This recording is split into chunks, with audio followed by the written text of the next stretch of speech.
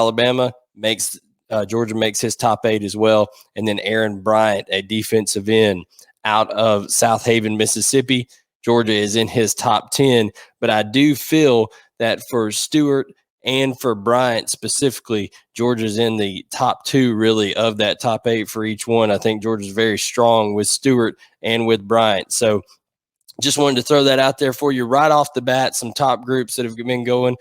Do want to remind you that the RBU podcast, as always, is presented by Bulldog Illustrated, bulldogillustrated.com. That's BULLDAWG illustrated.com. Greg Poole, Vance Levy, they all do a great job of running things over at Bulldog Illustrated. You can catch, if you like what you hear on this podcast today, you can catch more of my writing there each and every day. I write a daily dog thread article that also has a community board attached underneath it where you can kind of catch all walks of different Georgia followers, fans, detractors, just people there for conversation. So you can catch that over on bulldogillustrated.com. But the news of the day is that I have a new co-host here on the RBU podcast. This co-host that, if you follow Georgia recruiting, you're likely familiar with. We have Mr. Jeremy Johnson and Jeremy, if you can go ahead and unmute there, man, we're going to get going. Jeremy Johnson from the Athens Banner-Herald. Jeremy, how are you doing, sir? I'm good. Happy to be here. I appreciate you having me on. I think we're going to have some good times and some good shows, talking some Georgia recruiting. Absolutely. Jeremy, much like myself, is very kind of in tune with what's going on in Georgia recruiting. Jeremy gets to do a little bit more traveling than I do. He makes the round, sees some of these kids up person a little bit more. I get to do that in kind of in the season, but the off season, I'm not able to go out and about as much. So, Jeremy, before we get into the specifics and our main topic of today, kind of what's it been like for you since you moved over to the Athens Banner-Herald, and then of course moving around and covering recruiting? Yeah, it's been a lot of fun. Just being able to get out, and like you said, I get out and almost every weekend since the season ended, I've been somewhere, seeing some good players and, getting to know some of these kids. I think that's the underrated part of this is, you see them on TV once they get to college, but, there's some really good young men that, are really talented athletes out there, especially in the state of Georgia. Hadn't been able to get down to Florida or over to Alabama yet, but I'm planning on making that, that a priority to get out and see some of those guys as well in the near future. But yeah, it's amazing to be able to get to know these guys and see them work hard and know what they do, and even get to know their families a little bit. So yeah. That's fantastic. Absolutely. One thing that I have gotten to do, I do a lot of Zooms and phone calls with recruits and things like that. And I know we're going to talk, by the way, everybody, our topic today, we're going to do our mock 1.0 here on the RBU podcast. There will probably be a couple more mocks to come afterwards, but this is our first attempt of predicting what this 2022 class will look like for Georgia. But kind of back to those conversations you were talking about with getting to know kids and stuff like that. A 2023 kid that I talked to recently is Tackett Curtis from Louisiana, who just got an offer from Georgia not too long ago. One of the best conversations I've ever had with a recruit. I mean, the guy's just a down-to-earth, humble Louisiana kid that loves to hit people. I mean, it was just a great conversation. But you're absolutely right. That's one of the joys of this, is being able to get to know everybody. But like I said, Jeremy and I are going to cover the mock 1.0 here on the RBU podcast. Jeremy, how confident do you feel that you are going to nail this 2022 class on the first try? On a scale of 1 to 10, probably a 0.5.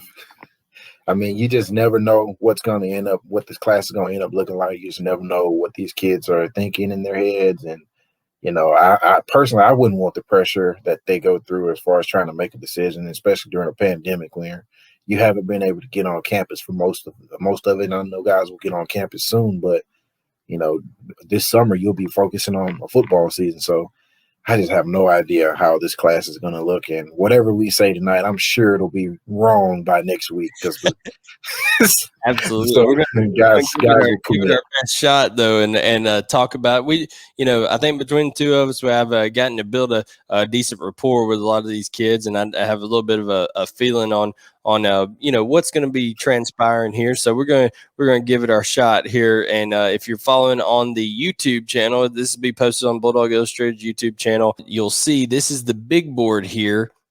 We have all the players that have received offers from Georgia that we feel are legitimately in a position. There's mutual interest now, and I'm sure Jeremy, you can correct me if I'm wrong. If I've got some guys that guys I've overlooked that aren't on here, but judging through, going back through all my notes, all the articles I've written, people I've talked to, this is kind of the group that I've envisioned so far. So before we kind of break down each position and start picking out classes and stuff like that, what are you just in general, what are your thoughts on this 2022 class so far for the University of Georgia? It's shaping up to be one of the best they've had. Obviously, there isn't the guy that you point to, and this is no disrespect to any of these kids. All kids are really good. They haven't had that guy that's the Justin Fields of the class that ranks in the top 2 or 3 as of now. And nationwide, but I think that is coming with this class to punctuate what they've already done. They filled a lot of needs, and they've got some versatility with this group. That's the main thing I'm seeing with some of these defensive guys is that they can do multiple things. So it's a strong class. And Georgia's always going to be in contention to be able to have that number 1 class and have a group of elite players joining them. This group has the potential to be really special. Absolutely. When it comes to recruiting rankings on all the different industries and stuff like that, Georgia kind of aligning in that 2 spot right now behind Ohio State, and really has 1 less commitment than Ohio State, I believe. So Georgia is really positioning themselves well. Let me go ahead and make Brett Thorson red here, because all these guys that are marked in red are already commitments. So you can see here on the offensive side of the ball, the only 2 commitments in the 2020 class so far for Georgia: Gunnar Stockton, quarterback out of Tyre, Georgia, Rabun County High School, and Jordan James, running back, 4-star running back out of Murfreesboro, Tennessee, Oakland High School up there in Tennessee. So only 2 guys out of the 11 commits right now for Georgia. Was that kind of tell you early on? Is it just a class where they felt like they had to maybe load up more on defense at the beginning, or just kind of how the chips fell, you think, to start off with? Yeah, I think you're on to something when you say that, it may just be kind of where the chips fell. I think they're obviously Kirby Smart's a defensive-minded coach, and just looking at their current roster, there'll be some guys that'll be coming out of that program this year and going into the NFL draft or just out of graduation that they'll need to kind of restock some of these positions, particularly the defensive line area. They lost Malik Herring this year, Jordan Davis. All those guys are NFL guys, so they'll need people that can come in and play right away next year. Absolutely. You're talking about definitely next year losing Jordan Davis up front, losing Devontae Wyatt up front, losing Julian Rochester up front. Three guys who all came back and should provide great stability in this 2021 season for Georgia on the defensive line, especially on the interior. All those guys will be gone. Like you said, Trevon Walker, Jalen Carter only around for 1 more year after this, so definitely need to be building for the future right there on that defensive line. But what we're going to do, guys, if you're following along, like I said, on the Bulldog Illustrated YouTube page, I'm going to, first of all, we're going to go position by position, just kind of highlight real quick. We don't want to turn this thing into an hour-long show out of our respect for our time and yours, but we do want to provide you with quality content here. And, of course, the first thing we can kind of check off the list, like we said, starting just in order from left to right here on our screen, is offense. Gunnar Stockton. Georgia will not bring in another quarterback in the class. That's a done deal with Gunnar having originally been committed to South Carolina, and once Will Muschamp leaves, that changed things for him. A lot of people, Jeremy, thought immediately that he, myself included, thought he would follow Mike Bobo to Auburn because the family ties between the Bobos and Stockton is so close. But maybe Will Muschamp coming to Athens influenced Stockton a little bit. What do you think? Yeah, that was my thinking as well. I was just sure he was going to end up in Auburn, especially with the with Bo Nix being gone after next year, and that job kind of being open after that, especially being open for competition.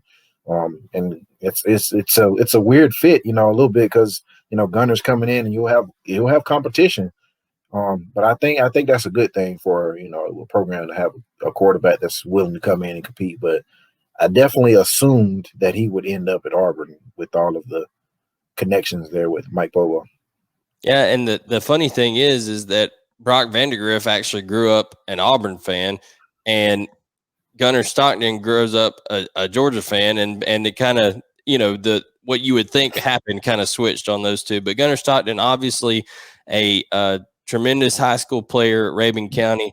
There will be an adjustment. I don't care what anybody says, no matter how good you are, there will be an adjustment going from the shotgun exclusive offense run under Jabo Shaw, former Georgia Tech quarterback, Georgia Southern quarterback. You never get under center, all that kind of stuff.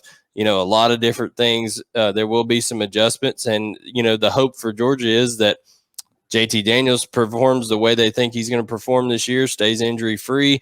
Then it's either Carson Beck or Brock Vandegrift the next year, and Gunner doesn't have to play right away, that kind of stuff. So we'll see what happens on that front. Now we're going to move over here to running back. Like I said, a lot more excitement here at the running back position, Jeremy. Of course, we talked about Jordan James earlier. Jordan James is a guy who I think is the type of player who is a multifaceted back. He can get it done in many different ways, runs outside a lot, also catches the ball.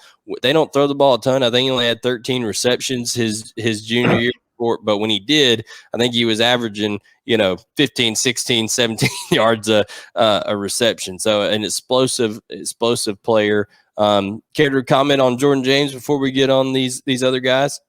Yeah, everything you just said, I agree with it, and I think that he's going to be a really good fit. And I think they're getting a good player that may not be a household name in the recruiting or in the recruiting world right now, but he's going to be one of those guys that you're going to look up in a couple of years. He's making plays because he has some value in the passing game, and he can hit the home run on the edges. I think it's a good fit for him. Yeah. And absolutely, when you talk about running back, let's say what they're losing next year. James Cook, Zamir White, they're both going to be gone after this year. To me, Jordan James fits a lot more in that James Cook type role. He's a guy who can fly. I mean, he's a low 4.4 type guy. He can really run. He makes people look like they're standing still out there on defense a lot of times up there in Tennessee. So if you look at the history of it, it seems like every other year Georgia brings in kind of a thunder and lightning combo. Well, if that's the case, Jordan James is the lightning. Now the question is, who's going to be the thunder? Who's going to be the other guy that they pair with him? Number one up, I think, who in my opinion is number one on their board is Branson Robinson. I think Branson Robinson out of Mississippi, he reminds me so much of Nick Chubb. I can't even believe it when I watch him. Is that kind of the impression you get when you're watching?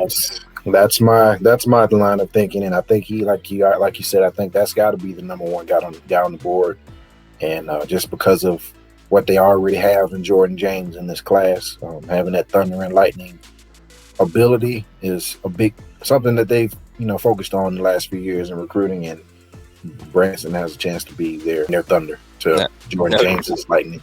No doubt. I mean, he's just a guy. He deadlifts over 600 pounds. Is just when you see footage of him in the weight room. I think he was bench 415 the other day.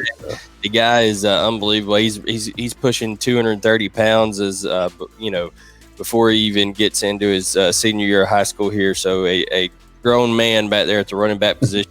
You can see all the players indicated on the YouTube channel that have a star beside their name are people who have official visits confirmed to Athens. So Branson Robinson is going to make his way to Athens. Katron Allen announced this weekend that he, running back out of IMG Academy, that he will be making a visit to IMG. Katron Allen, I think, very similar to Branson Robinson in that he's a downhill runner, gets it done in between the tackles. Jeremy, what do you think about Katron Allen there? Yeah, I agree. It's pretty similar between the two. don't really see much. I think I don't think both will end up in Athens. I think it will be an either or situation just because of what happened with Jordan James. And yeah, I mean, there's not much to add there. I think you're right on it. And coming from IMG Academy, he's a guy that could, he's going to be well coached and he's going to be, well taken care of in the weight room. So yeah, that's a good comparison.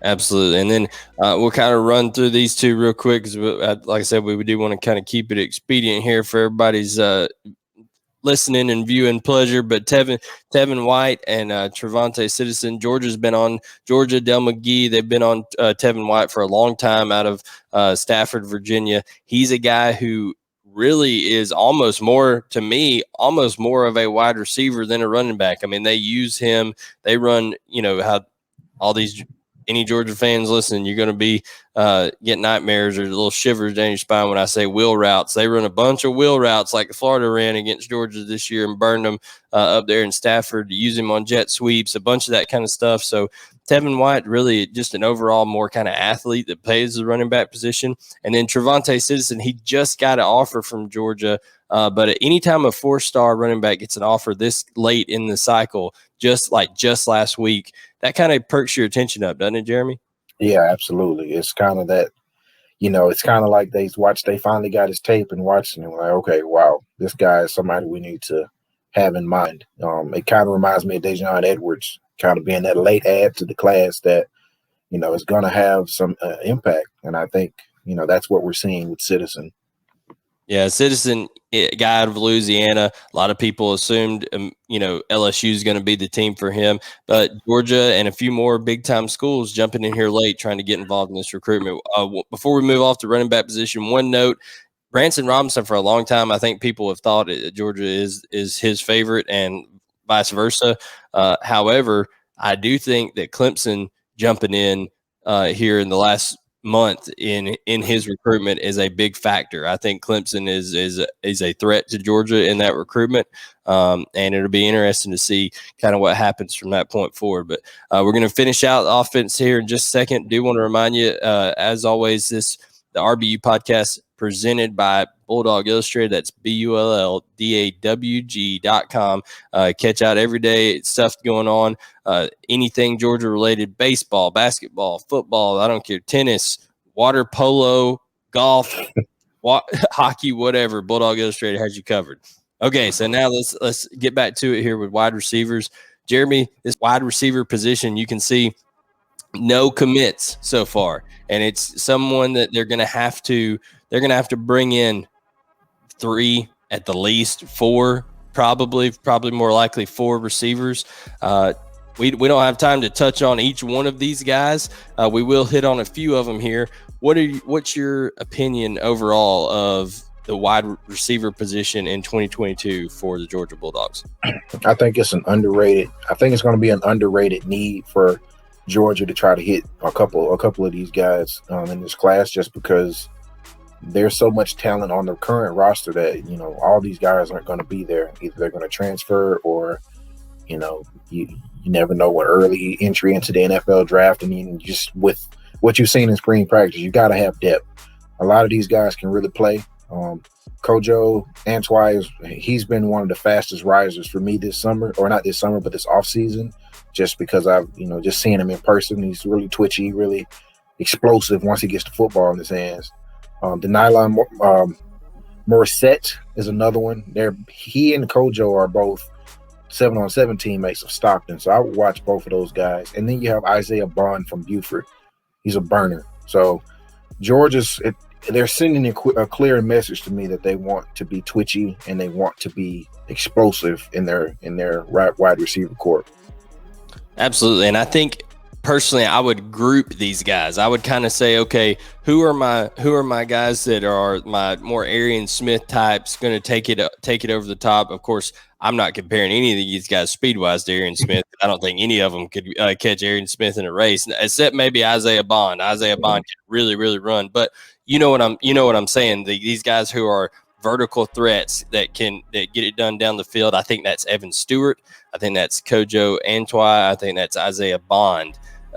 Then I would categorize Denylon Morissette, Shalik Knotts, Andre Green as big, physical guys who they can still go deep and beat you, but they're going to be that guy that, kind of in George Pickens fashion where you go back and go up and catch the ball 50-50, go get that back shoulder fade, all of those kind of things, physical over the middle type receivers.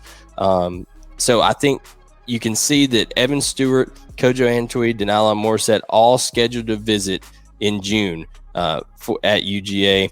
I know Georgia desperately was trying to get up to North Carolina to see Shalik Knotts before the pandemic hit. It didn't time up. They didn't get to go up there and do that visit. But I'm telling you, I think Shalik Knotts is an underrated want for the University of Georgia. I think there's a lot going on there. And then Andre Green, he's as impressive as any receiver you're going to see in the class. I think he's just got a overall very natural route runner, physical kid, has a good mindset. And then Shaz Preston, he is basically a carbon copy to me of Andre Green, just from Louisiana. So if you had to pick, and we're going to go ahead and start filling them out here, if you had to pick, who do you think? Let's go back to, of course, let's go ahead and say right here that Gunner, of course, is going to be the quarterback. So we're going to highlight him yellow for everybody watching on YouTube. So we're going with our mock class here. We're going to say Gunner Stockton ends up there. Of course, Jordan James as well. And then I would, if it was my vote, I'm going to say right here that Branson Robinson is the guy that ends up at Georgia at running back position. Jeremy, what are your thoughts? I'm going to have to agree with you.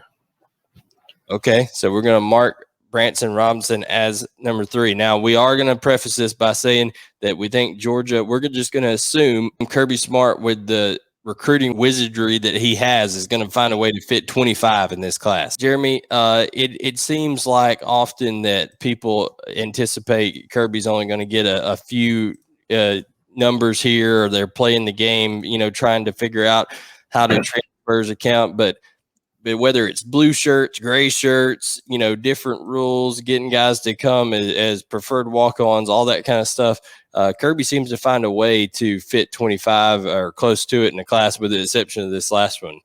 Yeah, absolutely. He's a wizard when it comes to roster management. I think that's an underrated skill as a head coach, having that ability to maneuver, what you need and when you need it. And it's also about evaluating the guys you have. You see a guy that he's going to play well and he's going to be an early entry into the NFL draft. You have to take that into an account that hey, this year we may have a little more wiggle room than you may have on a year where you have everybody come back. So I think he's done a good job of that, and I think he learned that from Nick Saban, because Nick Saban's also very well. He does that very well as also. Absolutely. So, again, I'm talking here with Jeremy Johnson and Athens Banner-Herald, my new co-host here on the RBU podcast. We're going through the mock class 1.0 here on the RBU podcast for the class of 2022. So far, we have that we think is going to end up, that we've made our predictions. Of course, the 11 Georgia commits that include Gunner Stockton, Jordan James, Tyree West, Bear Alexander, Darius Smith, CJ Washington, Donovan Westmoreland, Jalen Walker, Malachi Starks, Marquise Groves Killebrew, Dayon Bowie, Brett Thorson, and then Branson Robinson. Branson Robinson is the first one that we've predicted to kind of be extra, the next one to the class. Go ahead and let's hit wide receiver here. Of course, Georgia has no wide receivers committed at this point in time. Who would you guess would be the guys that end up? We're going to say that Georgia takes 4 of them this class. If you had to pick your 4, Jeremy, who are you saying is going to be in the 4? I'm going to say Kojo Antoi, Denylon Morissette, Isaiah Bond, and Shalik Knotts. Is that 3 or 4? That's 4. You got 4. So right there, those 4 of Kojo Antoi, Isaiah Bond, Denylon Morissette, and Shalik Knotts end up in red and black, is what Jeremy Johnson is predicting there. I tend to feel the same way on Bond. I think Bond is a guy that I know Miami's showing him a lot of love right now, but I think Bond will end up getting to visit Georgia, see these new facilities, hear their history of guys who run track as well, like Miko Hardman, what he did there. I think the Georgia track program will be something big because I think he will want to run track at the next level too. So I agree with Isaiah Bond. I think Shalik Knox is a great pick because I know Georgia's extremely interested in him. Denylon Morissette, I know it's Georgia and Alabama right now. They're duking it out. The question is, if you'd asked me 3 or 4 months ago, I would have said Alabama 100%. I think Georgia's gained a ton of ground for him and Kojo Antoi. These visits are going to be just absolute paramount. I mean, it's everything about this visit, this official visit weekend coming up in June is going to be huge with Morissette and Antoi. And you made a good point earlier. They're teammates of Gunnar Stockton at Hustle Inc. over there under Tony Ballard. So I think Gunner's going to do a lot of work. My difference is I think Georgia does get Denylon Morissette. I don't think they get Kojo Antoi. I think he'll end up going to Texas A&M. I think he's got family ties down there in Texas that are going to kind of pull him over closer that way. I think that Georgia either goes with 3 or they're able to pull Evan Stewart out of the mix, out of the heart of Texas. I think that's a big deal. Evan Stewart will be making a visit to Georgia. If he either Evan Stewart or Andre Green Jr., those 2 guys are the other 2 that I would look at here on the board. Now, our next one is pretty easy. I think tight end, the only guy that I almost didn't even put another guy on the board to contend with, but because I think Todd Hartley is that focused on Oscar Delp. Is that kind of your thoughts at the tight end position? Yeah, absolutely. I think Oscar Delp is their guy, and he's also a teammate of Gunners and Denylon and Kojo Antoi on Hustle Inc. And those guys have been lighting up so far in the offseason. And Oscar Delp and Kojo Antoi happen to be really close friends also, being at rival high school. So, yeah, I could see that them wanting to, team up there in Athens. And Gunner and Oscar have developed a bit of a connection throwing to each other this offseason. So that's the connection that will likely or possibly, I have no idea, but land Georgia their tight end for the 2022 class. Well, one thing to note is the last 2 years, if there any evidence, Todd Hartley, I'm gonna say Todd Hundley. The thing about a catcher from the major leagues every year, Todd Hartley, when he has his mindset on getting a guy, Darnell Washington, really like the only tight end they recruited that year, they got him. Yeah, Brock Bowers became evident early on that Brock Bowers was the guy for Georgia. Got him. Feel pretty good about Todd Hartley's chances about bringing in an in-state guy in Oscar Delp after he was able to go out west and get two guys. So that brings us our number here. We had 11 originally, added Branson Robinson. That's 12. And we're going to go with your prediction of Antoi, Morissette, Bond, and Knotts. That brings us up 17. 17 commits, 8 more to go. Kurt, we know here it brings us to the offensive line position.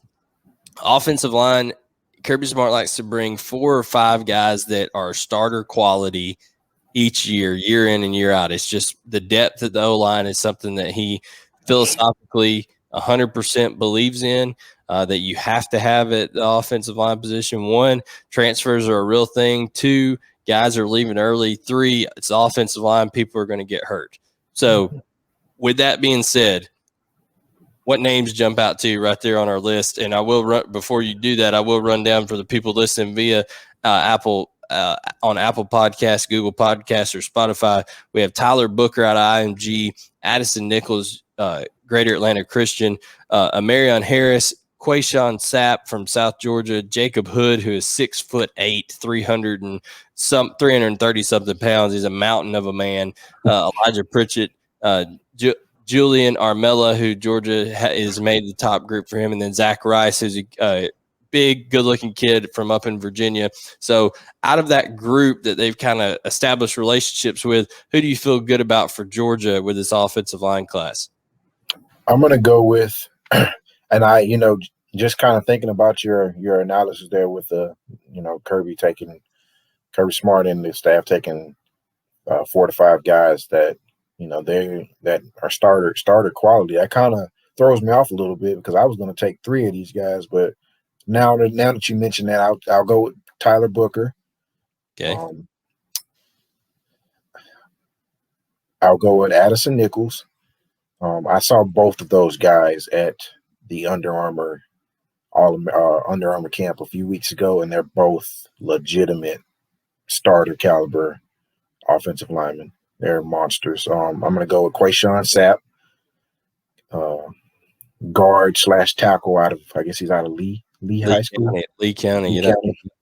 And I'm going to say Jacob Hood out of Tennessee, 6'8". I saw him at a camp earlier this summer, and for a guy that's big as he is, he moves really well. He's not just a guy that's stationary. I think that's going to be something that fits that Georgia offensive line room very well. And you're to your point, they could very well go with just 3 players in this class, but I just know Kirby Smart is huge on bringing in that number of 4 or 5 guys every year in, year out, it seems, up front on the offensive front. So I agree 100% on Tyler Booker. I think he's their number one priority on this offensive line.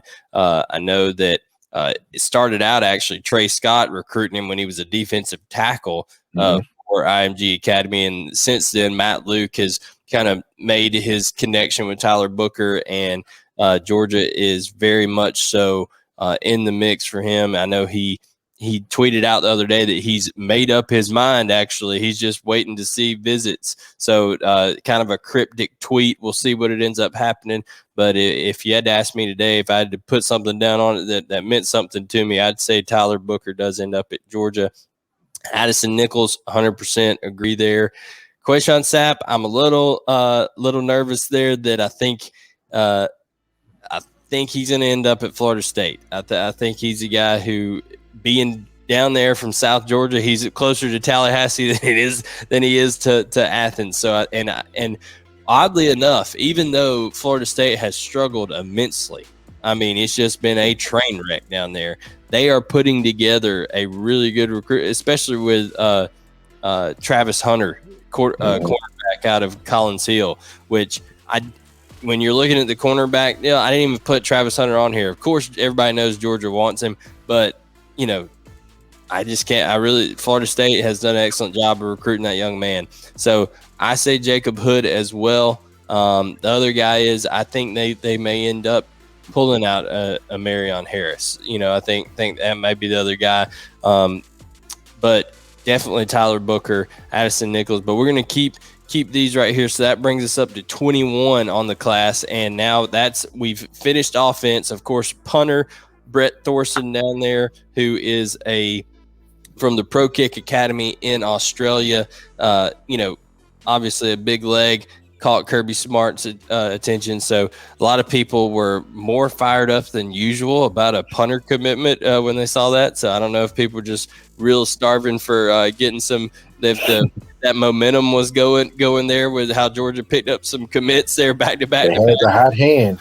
Absolutely. So people were just excited and got real excited for the punter. No, I mean, that's a great opportunity to get kids from Australia to come over there and kick, obviously, with Australian rules football and all the different aspects. I mean, you got guys who can kick the ball, and Georgia themselves has known what a weapon it is to have a tremendous punter, especially in the past with what they've had and what they currently have there in Jake Camarda. So tremendous weapon.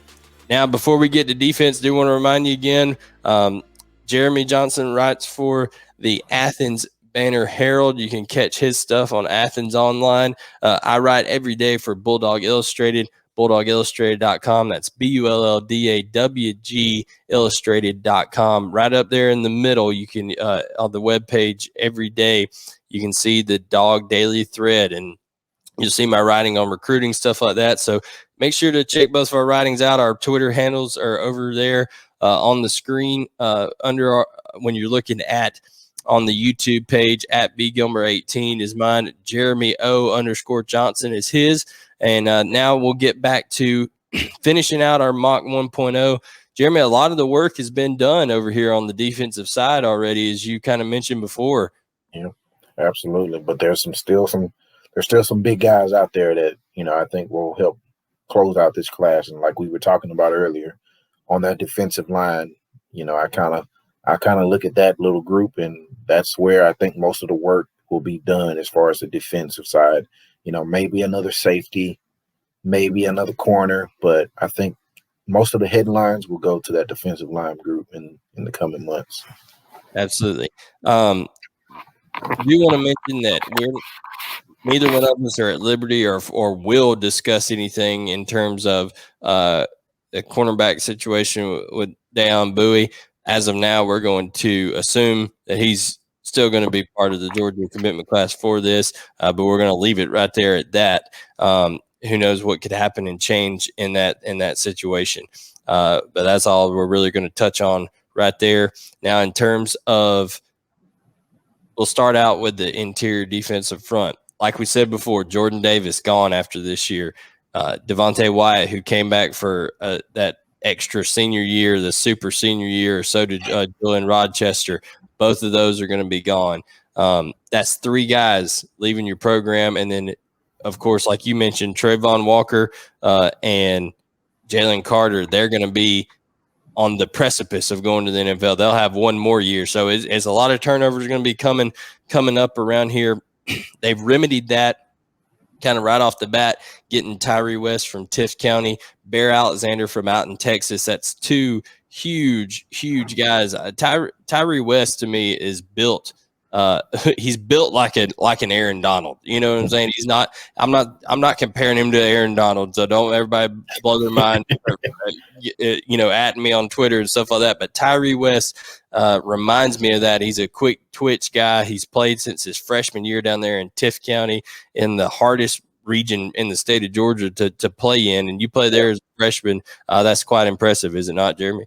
Absolutely. That's like the SEC of Georgia football, is in that little area where he plays. So, yeah, I mean, I'm with you 100%. He's a real football player, and I think he's definitely he's also been doing a little recruiting apparently. So, I think that's a big get for the Bulldogs. Absolutely. Tyree West, and we'll talk about Bear Alexander in just a minute, but Tyree West, Michael Williams, and Kristen Miller all train with Dr. Rush over there. What names escaping me now? Chuck Smith, former defensive end for the Atlanta Falcons. Dr. Rush is what he goes by now. So he's training up DNs and defensive linemen over there. They all 3 train together. I interviewed Kristen Miller not long ago before he went on his visit out to USC. And, he was talking about how Tyree West every day is texting something, go Dogs, all that kind of stuff. So like you said, definitely doing some recruiting. Of course, Big Bear Alexander, he's really that one that kind of replaces that Jordan Davis type role. He's 6'3", 325 already, just a very strong run stopper, can take on double teams. That's a big get out of the heart of Texas for the Dogs. Absolutely. I think you hit it right on the head when you just try to picture these guys and where they fit. Bear Alexander is your prototypical nose, 0 technique, 1 technique over the center and over the guard, that what Jordan Davis does. So I think that's a humongous get out of Texas, because he feels a specific need, and exactly where he's going to be. Just thinking about it though, what do you see? How do you feel about these guys? How they translate, especially Tyree, just with him being his size that he is. How do you think they use him? Tyree West is Malik Herring all over again. I mean, he, that 280, 285 can bump out and be a big defensive lineman when it comes to short yardage situations, can play inside and use his speed to beat guards and pass rush situations. I think Tyree West is going to be a nightmare matchup for, kind of that tweener between defensive end and defensive tackle. He's never going to be a true nose. He's not going to be a guy who's eating up double teams and stuff like that, but he's going to use his hands really well. He's going to be able to use different pass rush moves and things like that he's learning over there from Chuck Smith and guys like that. And then, of course, once he gets under the tutelage of Trey Scott and those kind of people, I think those two, like we said, are really going to replace those roles. Tyree West plays a lot like a Devontae Wyatt, honestly, kind of in that similar role. So when you watch Georgia football this fall, be looking at Jordan Davis, be looking at Devontae Wyatt, and then think, okay, where would these kids fit in? I think Tyree West fits more in that Devontae Wyatt type role. I think Bear Alexander is more of the Jordan Davis type role. Mykel Williams, Kristen Miller, two guys who are in-state guys for the University of Georgia. What do you think, Jeremy, when it comes to Kristen Miller and Mykel Williams? Yeah, both of these guys. I've seen Mykel in person at the Under Armour camp, and he deserved his 5th star that he got. He checks every box, and if Georgia was able to land him, that's one of the diamond pieces on top of this class, is landing a guy like him. And I know him and Christian are really close, and they're really close friends. I don't know that they'll end up here together. Who knows? Who knows? But both of those guys are really talented. Christian's also is very talented. So, having those guys along with Bear, along with Tyree, that's a pretty impressive group starting to shape up if you're able to land those two guys from in-state. Absolutely. And then, of course, there's Walter Nolan, KJ Miles, and Phillips Hinton kind of rounding out the group here on what we're calling the big board here for Georgia on the defensive tackles. Let's go ahead and make our predictions here for the defensive line group. I think they get one more of these guys. If you had to pick one, who do you think is the guy that lands at Georgia at the defensive tackle position? I'm going to say Mykel Williams. I'm of that opinion too. I think Kristen Miller really liked his visit out to LA. He's a guy who wants to do some acting, wants to do his own. He already does some of his own filmmaking, stuff like that. Yeah. I think that LA atmosphere really impressed him. I would not be surprised if he ends up with the USC Trojans, but I think Mykel Williams is much more of a Georgia type guy. I really think he ends up with the Dogs as well. Yeah, and there's no argument with me from there. Christian's a talented football player, but he's also a very interesting personality. He's, like you said, he wants to do some acting.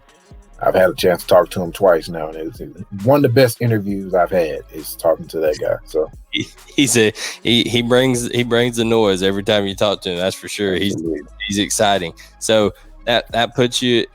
I'm going to go ahead and go with your logic back on the offensive line here. I'm going to take it down to 3 commitments on the offensive line. So that puts us at 20 right there. And then Mykel Williams, 21. So let's say you got 4 more to play with. Over here at defensive end, Darius Smith, a kid, 6'6", 225 pounds, just length for days. Committed very early to the University of Georgia out of Appleton County at defensive end. He's the only defensive end for the moment, but you have seen Anai White out of Florida, who has announced that he will be making an official visit to Georgia. And then, of course, you have Shamar Stewart, who's also from the Miami area, the number 1 overall player in the class, who's being recruited by Georgia and LSU very hard. I think those are the 2 that are leading for Shamar at this point in time. Of course, Miami's thrown in there as well. And then Jeremiah Alexander out of Alabama, the Thompson program over there that's just a national powerhouse. They win the state championship, seems like every year. So I think they add one more of these guys. Jeremy, who would you think maybe ends up being the other defensive end out of that group? This is a tough one because, Alabama and LSU are involved with a lot of these, with the 2 you just mentioned above. So I'm going to go with Anai White. Yeah, I think he's from Philadelphia. Georgia seems to have a lot of success with kids out of Philadelphia. I think Anai White, the fact that he's coming down for an official, and Georgia does very, very well with officials. I mean, there's been several cases over the last couple of years that Georgia was not the favorite for a prospect, and then they come to Athens, they come to the University of Georgia, and they see what it's all about, and they change their mind and commit. And Kirby Smart and his staff and the recruiting staff there really thrive on that. So I think Anaya White's visit to Georgia will be big there. Moving along now, we're going to go to inside linebacker CJ Washington out of Cedartown, Nick Chubb's alma mater. He wears 27. Looks very similar to Chubb in that uniform over there. Just crazy stuff when it comes to CJ Washington and his strength and just, like I said, grown man football over there with the way they play at Cedartown. He's a talented running back as well as an inside linebacker, but he will play on the defensive side for Georgia at the next level. I don't know that they have to add another inside linebacker, but there's one name on there that catches my eye. And does anybody jump out to you on that list of CJ Wash? Of course, CJ Wash is committed, and then you got Sean Murphy and EJ Lightsey. Yeah, I think Lightsey is probably the guy I would go with. I'm not certain of that, but yeah, I don't know that. Like I'm of the opinion that I don't know that they'll need another inside backer just because I think Jalen Walker could play inside as well. So be a kind of tweener type guy. That's for sure. Yeah, and maybe one of those outside linebacker guys because of how they use that position ends up inside.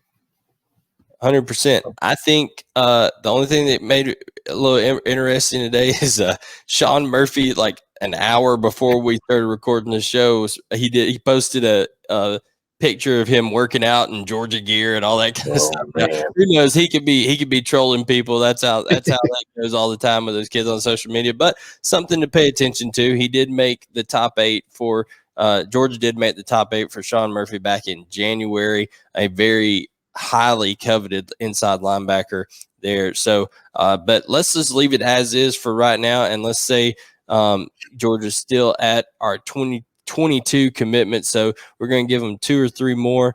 I don't know necessarily that they take another outside linebacker. If they do, I'm of the opinion that who they would add to Donovan Westmoreland and Jalen Walker would be Daniel Martin out of Marietta. Is that kind of the feeling that you're getting?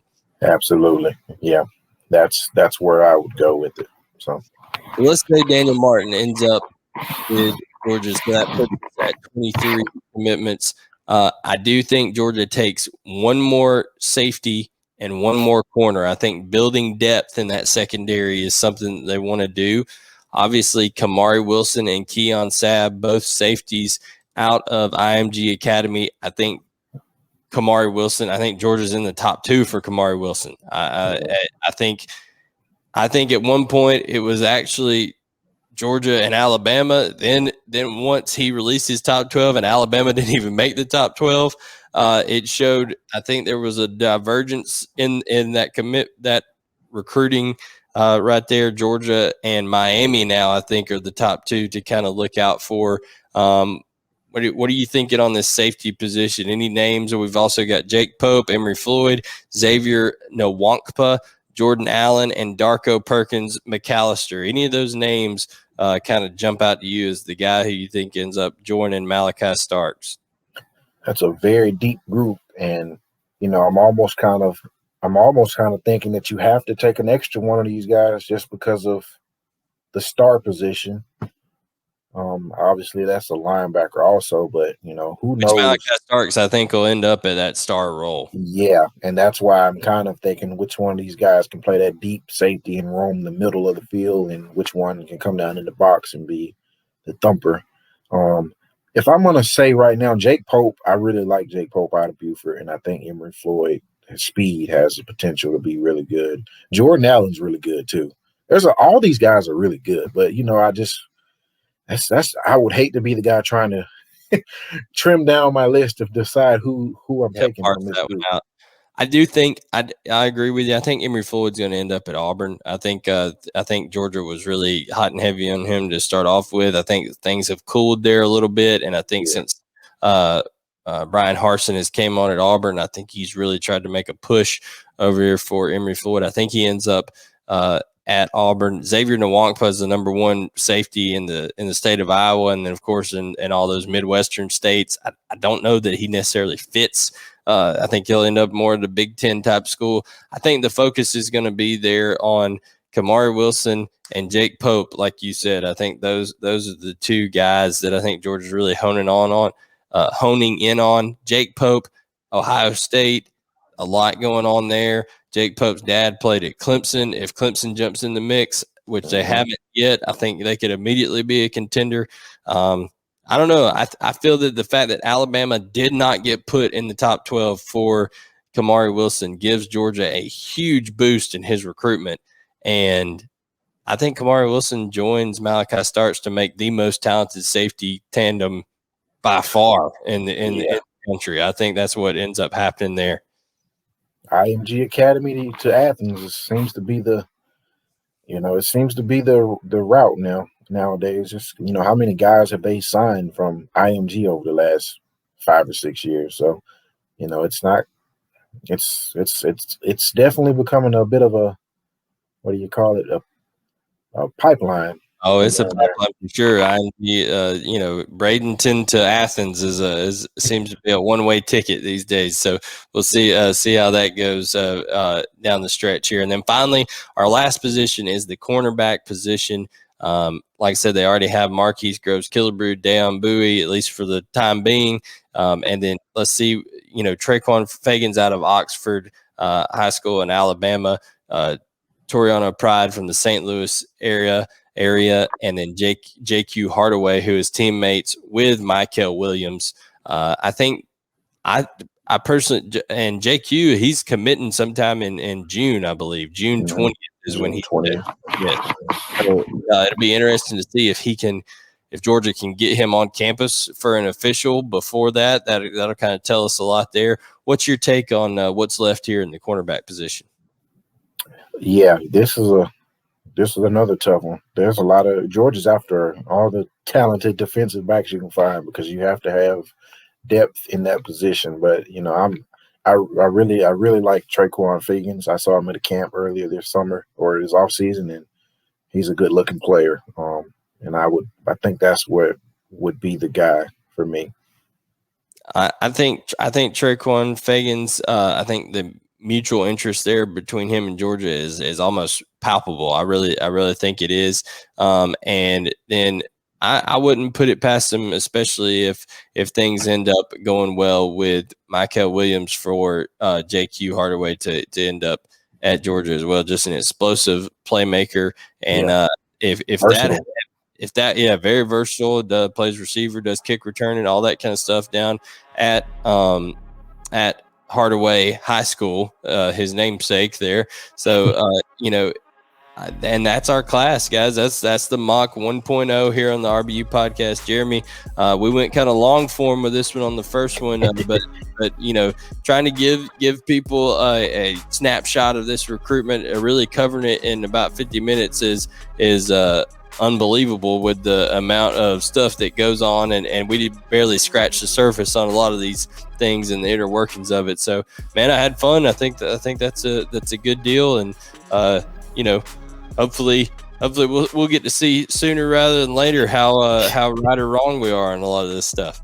Absolutely, yeah. It's gonna be a fun summer and fall just to kind of see where some of these guys end up and how they develop. That's the thing about all this. They're still developing as players, and you think they're one thing and they have been for 3 years, and then they go into this summer and they blow up even more. So yeah, I think that's going to be exciting. I think we're not going to know exactly what's going to be what until that pen hits the dotted line in what is it, December now?